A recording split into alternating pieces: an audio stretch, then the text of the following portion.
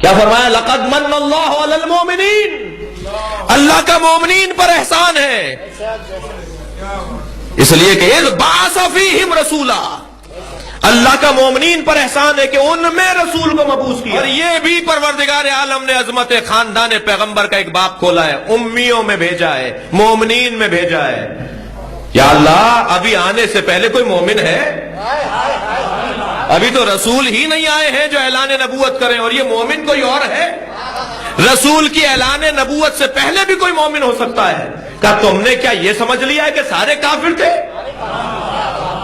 یہ سب مسلمان تھے جہاں میں نے نبی کو بھیجا ہے۔ میں اس جگہ پر نبی بھیجوں گا ہی نہیں جو زمین پاک نہ ہو۔ ہر سواری ہر جگہ نہیں چلتی، فرشتہ ہر جگہ نہیں اترتا، جہاز ہر رن وے پر نہیں اترتا،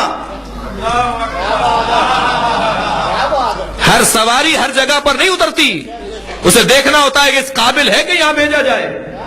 جتنی مہنگی سواری ہے اتنی جگہ بھی عظیم ہونی چاہیے۔ صلوات بھیجے محمد و آل محمد۔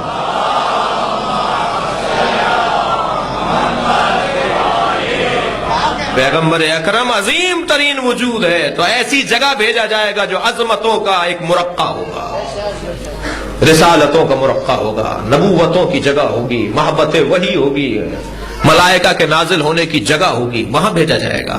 اصلی لوگوں میں، مومنین میں بھیجا ہے۔ اگر آپ کی سماعتیں میرے ساتھ ہیں، تھکے نہیں ہیں، مومنین کا لفظ اطلاق ہوتا ہے 3 سے زیادہ پر، توجہ ہے؟ اللہ کہہ رہا ہے میں نے مومنین میں اپنے نبی کو بھیجا ہے، کم سے کم 3 سے زیادہ لوگ تلاش کرو جو نبی کے آنے سے پہلے مومن تھے، جو نبی کی بعثت سے پہلے مومن تھے، کم سے کم 3 سے زیادہ تلاش کرو۔ تم نام بتا دو تو ہم ویلکم کہیں گے، ورنہ ہم بتاتے ہیں۔ ایک کو ابو طالب کہتے ہیں، ایک کو علی کہتے ہیں، ایک کو بنت اسد کہتے ہیں، ایک کو خدیجۃ الکبریٰ کہتے ہیں۔ یہ پورا خاندان مومنین کا خاندان ہے، یہ دنیا میں آنے سے پہلے مومن ہے۔ کہنے لگے کلمہ نہیں پڑھا تھا، یہ بھی انہیں دکھا کر پڑھو۔ تھک رہے ہیں آپ لوگ؟ یہ دیکھیں گے تو مانیں گے، نہیں دیکھیں گے تو لو بھائی اب سارا دین ان کے دیکھنے پہ چلے گا۔ انہوں نے کلمہ پڑھتے ہوئے نہیں دیکھا معاذ اللہ، تو انہوں نے کلمہ ہی نہیں پڑھا۔ اتنا بڑا مجمع بیٹھا ہے، کسی کے پاس سرٹیفکیٹ ہے کہ وہ مسلمان ہے؟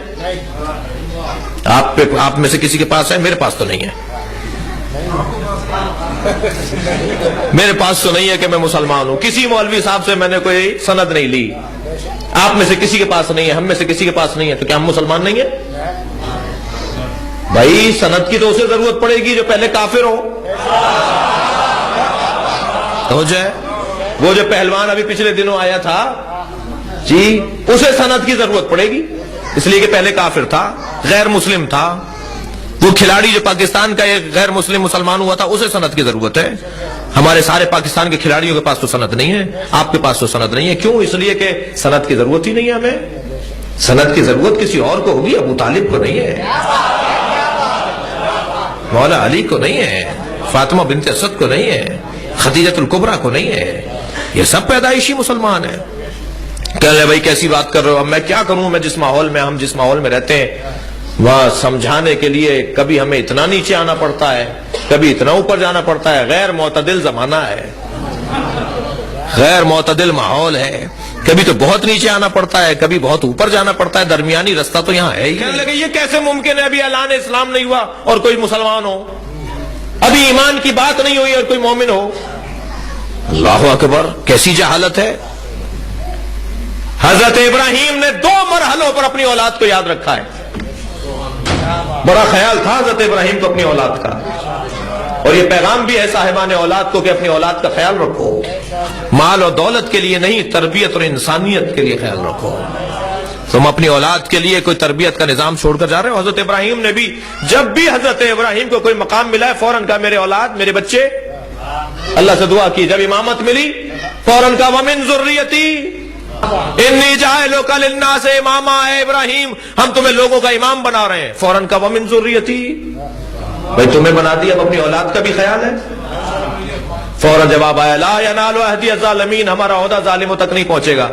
یہ ابراہیم کی دعا رد نہیں ہوئی ہے، قبول ہوئی ہے۔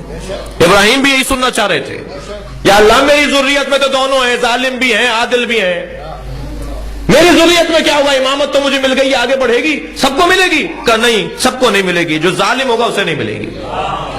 یہ ابراہیم علیہ السلام کی دعا قبول ہوئی ہے، رد نہیں ہو رہی ہے۔ ایک مرتبہ پھر فرمایا حضرت ابراہیم نے، ربنا وجعلنا مسلمین لک، اے اللہ مجھے، اب مسلمان ذرا ذہن میں رہے، یہ کہہ رہے ہیں مسلمان تو ہوتا ہی وہ ہے جو نبوت کے بعد، نبی کے اعلان نبوت کے بعد کلمہ پڑھے تو مسلمان ہے۔ نہیں بھائی، ایسا نہیں ہے۔ حضرت ابراہیم بھی دعا کر رہے ہیں مجھے مسلمان قرار دے، ربنا وجعلنا مسلمین لک، یا اللہ مجھے اور میرے اسماعیل کو اپنا دو مسلمان قرار دے، دو مسلمان اپنا قرار دے۔ میں بھی مسلمان ہوں، تو قبول کر لے مجھے، اسلام میرا اسلام قبول کر لے، مجھے مسلمان ہونا قبول کر لے، اور میرے اسماعیل کو بھی۔ اور پھر اور آگے فرما رہے ہیں، وَمِن ذُرِّيَّتَنَا أُمَّةً مُسْلِمَةً لَكَ، اور ہماری ذریت میں بھی امت مسلمہ قرار دے۔ یعنی حضرت ابراہیم اپنی اولاد کے لیے بھی اسلام کی تمنا کر رہے ہیں، خود بھی کہہ رہے ہیں مجھے مسلمان قرار دے۔ اور پھر جب حضرت ابو طالب نکاح پڑھاتے ہیں سرکار کا تو یہی فرماتے ہیں، الحمدللہ الذی جعلنا من ذریت ابراہیم، اے اللہ تیری حمد ہے تو نے ہمیں ابراہیم کی ذریت میں سے قرار دیا ہے۔ صلوات بھیجے محمد و آل محمد پر۔